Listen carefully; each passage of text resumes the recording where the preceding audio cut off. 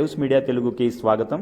వెనుకొండలో జరిగిన విలేకరుల సమావేశంలో గుర్రం జాషువా గుంటూరు పల్నాడు జిల్లా సాధన సమితి కన్వీనర్ అట్టూరి విజయకుమార్ మాట్లాడుతూ పల్నాడు జిల్లాకు విశ్వకవి గుర్రం జాషువా పేరు పెట్టడం సముచితమని అన్నారు. కులమతాలకు అతీతంగా జాషువా రచనలు సాగాయని ఆయన పేర్కొన్నారు. అనంతరం ఈ అంశంపై ఫిబ్రవరి 22న చిలకలూరుపేట, ఫిబ్రవరి 25న మాచర్ల, గురజాల నియోజకవర్గాల్లో రౌండ్ టేబుల్ సమావేశాలు నిర్వహిస్తామని విజయకుమార్ తెలిపారు. జాషువా జయంతిని పురస్కరించుకొని ఆయన పుట్టిన గడ్డ అయిన చాట్రగడ్డపాడు నుంచి అమరావతి వరకు పాదయాత్ర చేపడతామని, సందర్భంగా స్థానిక ఎమ్మెల్యేకు వినతి పత్రాలు అందజేస్తామని చెప్పారు. ప్రింట్ అండ్ ఎలక్ట్రానిక్ మీడియా మిత్రులందరికీ నా హృదయపూర్వక ధన్యవాదాలు తెలియజేసుకుంటున్నాను. అలాగనే గుర్రం జాషువా గారి జిల్లా చేయాలనే ఒక ముఖ్య ఉద్దేశంతో మరి గుంటూరు పల్నాడు జిల్లా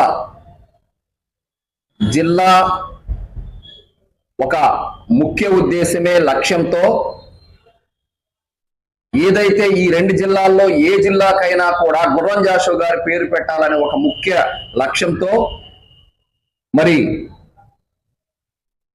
అన్ని నియోజకవర్గాలు తిరుగుతూ మొట్టమొదటిగా రేపు 20వ తారీఖు రౌండ్ టేబుల్ సమావేశానికి జయప్రదం చేయాలని ఒక ముఖ్య ఉద్దేశం. వినుకొండ పట్టణంలో అఖిలపక్ష మీటింగ్గా ప్రతి ఒక్కరూ అందరం కలిసి ఏదైతే సీనియర్స్ జిల్లా చేయాలి, పల్నాడు జిల్లాని కానీ గుంటూరు జిల్లాని కానీ ఖచ్చితంగా గుర్రం జాషువా గారి పేరు పెట్టాలి అనే ఒక ముఖ్య ఉద్దేశం. మరి కవి కోకిల ఎందుకు పెట్టాలి, గుర్రం జాషువా గారి పేరే ఎందుకు పెట్టాలి అనే ఒక నినాదం.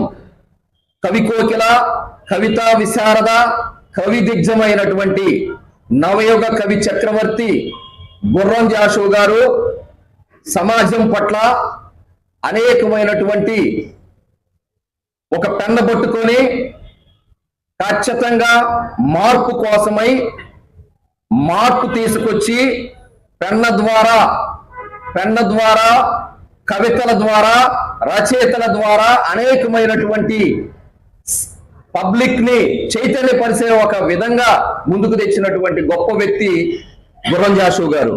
మరి అలాంటి గుర్రం జాషువా గారి కోసం యువత నడుం బిగించి పెద్దలు గత ఎన్నో సంవత్సరాలుగా ప్రయత్నం చేస్తున్నటువంటి గౌరవనీయులు పెద్దలు అందరం కలిసి వారి యొక్క సూచనల మేరకు వారిచ్చేటటువంటి ఆశయ సాధన కోసమై మేము